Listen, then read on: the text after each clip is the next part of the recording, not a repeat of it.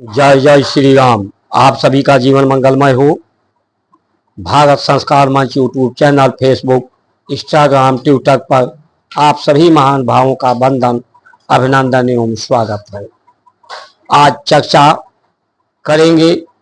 सभी सनातनियों को इस चर्चा को सुनना चाहिए, जो चाहते हैं कि भारत के टुकड़े और ना हो। भारत में भी और विश्व के और कोनों में क्यों हिंदी संस्कार संस्कृति वालों पर ही अत्याचार होता रहा है, हो रहा है, और क्यों द्वापर में जो भारत की सीमाएं पूरे विश्व तक थी, आज वो सिकुड़ता जा रहा है। ये अत्याचार समाप्त हो, सुख शांति सौहार्द सब में हो, स्वस्थ जीवन सबका हो। इस क्रांति में आप सभी महान भाव धर्म के साथ खड़े होकर धर्म के समर्थन के लिए अधिक से अधिक subscribe, like, share, follow, comment करें।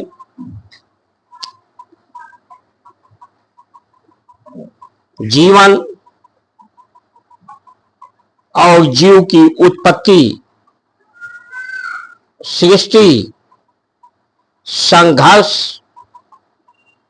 टकराव, घर्षण, कर्षण से ही प्राप्त होता है। जीवन संघर्ष से प्राप्त होता है।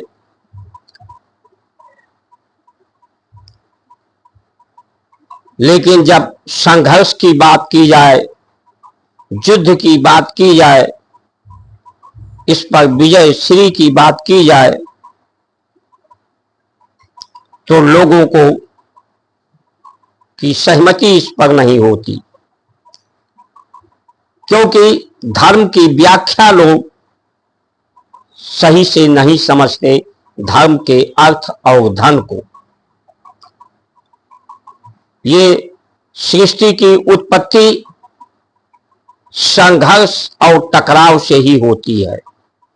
नहीं तो जब परमात्मा की ही बनाई हुई पूरी सृष्टि है, परमात्मा का ही संविधान है, प्रकृति का ही संविधा है, सबको समान रूप से सूर्य प्रकाश दे रहा है, वायु प्राण वायु परमात्मा दे रहे हैं, आकाश अग्नि जल सबको आश्रय दे रही है, धरती बिना मतभेद के भेदभाव को सबको आश्रय दे रही है।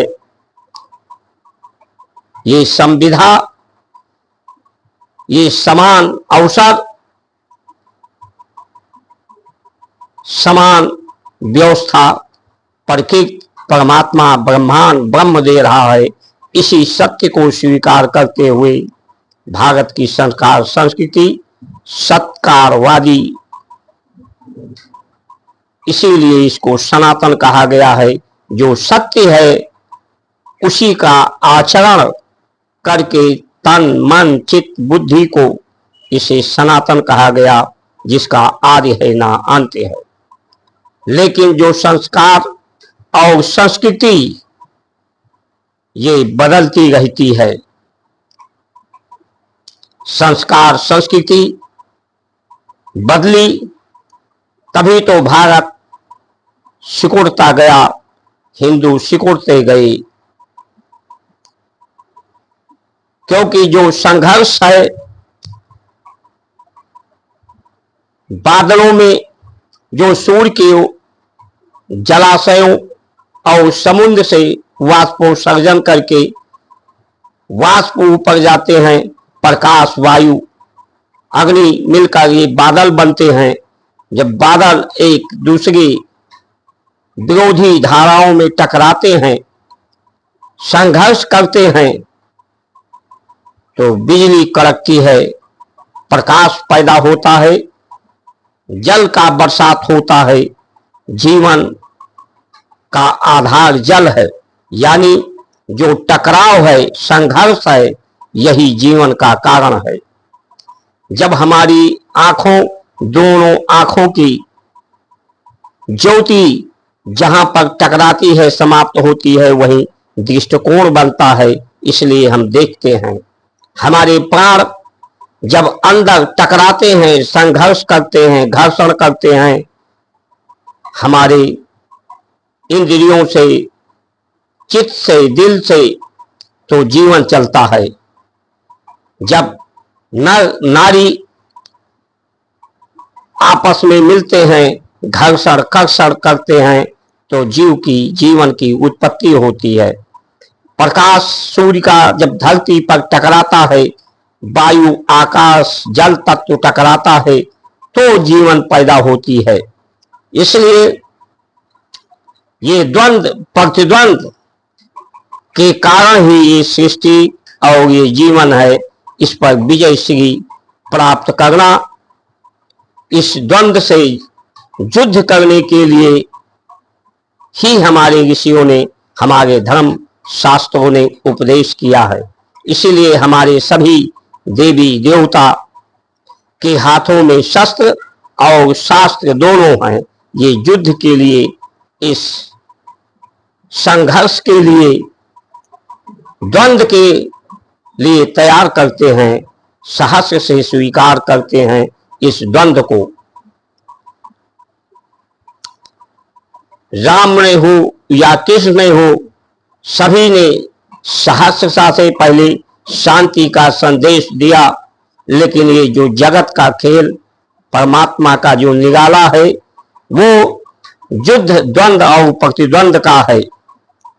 ये बगैर युद्ध के, बगैर संघर्ष के नहीं मानता, क्योंकि परमात्मा इसी संघर्ष को देख करके, यही संघर्ष ही जगत का खेल है, इस खेल को देखकर ही जो परमहंस होते हैं, परमात्मा हैं, वो आनंदित होते हैं, आह्लाद होता है। क्योंकि ये एक नाटक ही है, ना कोई किसी को मारता है, ना कोई मरता है। सिर्फ श्रेय लेना, अपनी उपस्थिति दर्ज कराना है कि आप सत्य के अंश हैं। इसलिए संघर्ष करना मनुष्य का धर्म है। शरीर के अंदर द्वंद्व चलता है, अंतर्द्वंद, अंतर्द्वंद के कारण अंतर्कलह, दोष, अंतर्दोष, विचारों में द्वंद्व चलता है। मतभेद के कारण ये द्वंद्व रोज चल रहा है, निरंतर चल रहा है। शरीर के अंदर घर्षण कर्षण क्रियाएं, भौतिक रासायनिक क्रियाएं हो रही हैं। यही जीवन का आधार है। इसीलिए हमारे ऋषियों ने 4 पुरुषार्थ, जो कर्म को 4 भागों में बांटा, जीवन के आयु को 4 भागों में बांटा,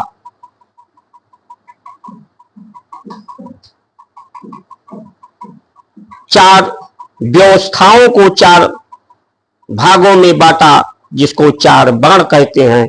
4 वर्ण, 4 आश्रम, 4 पुरुषार्थ, जिसमें धर्म, धर्म का पर्याय जो सत्य है वही धर्म है। जो सत्य को स्वीकार करते हैं, ब्रह्म और ब्रह्म ज्ञानी, वो अंतर कलह की, शरीर के अंतर कलह के युद्ध से पर विजय श्री प्राप्त करें। इंद्रियों के आसक्ति, मन की आसक्ति, बुद्धि की आसक्ति पर विजय प्राप्त करके निरासक्ति करें। उनका काम अंदर की द्वंद्व को विजय श्री प्राप्त करना और जनता को विद्या, दीक्षा, शिक्षा से प्राप्त कराना। इसे आसन में बैठा करके, जमा करके तन मन चित्त बुद्धि को मथ करके इसमें से प्रेम की शक्ति, प्रेम की धारा, सेवा की धारा, सेवा शक्ति, शांति शक्ति, सत्कार की शक्ति, भक्ति की शक्ति, भक्ति की धारा उत्पन्न कराना, इस द्वंद्व से पर विजय प्राप्त करके, इसीलिए उपासना, आराधना, साधना से ईमानदारी, समझदारी, जिम्मेदारी, बहादुरी को कहा गया। बहादुरी, सब बहादुर हो, बहादुरी से इस द्वंद्व पर, इस संघर्ष पर विजय श्री करा करके शांति स्थापित करें।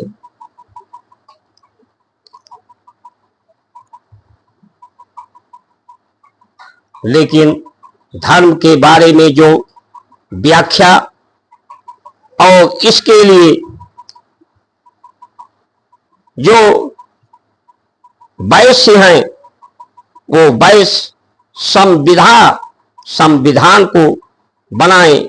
संविधान यानी जिसके पास अधिक हो उससे लेकर उचित मूल्य देकर, जिसके पास कम है उससे उचित मूल्य लेकर के उसे दें, यानी बराबर समान व्यवस्था, अभाव समाप्त हो। शूद्र सबसे श्रेष्ठ, उत्कृष्ट कहा गया है, क्योंकि शूद्र का पर्याय जो सेवा दे, दान दे, जो धरती के द्वंद्व को, धरती के बुराइयों को समाप्त करे, उसमें उर्वरा शक्ति पैदा करे, धरती को हरा भरा करे, धरती को दुहे, गौ माता को दुहे और धरती को सुंदर करे, लोगों को सुंदर आहार, सुपाच्य आहार प्रदान करे। ये सेवा शूद्र के लिए निर्देश।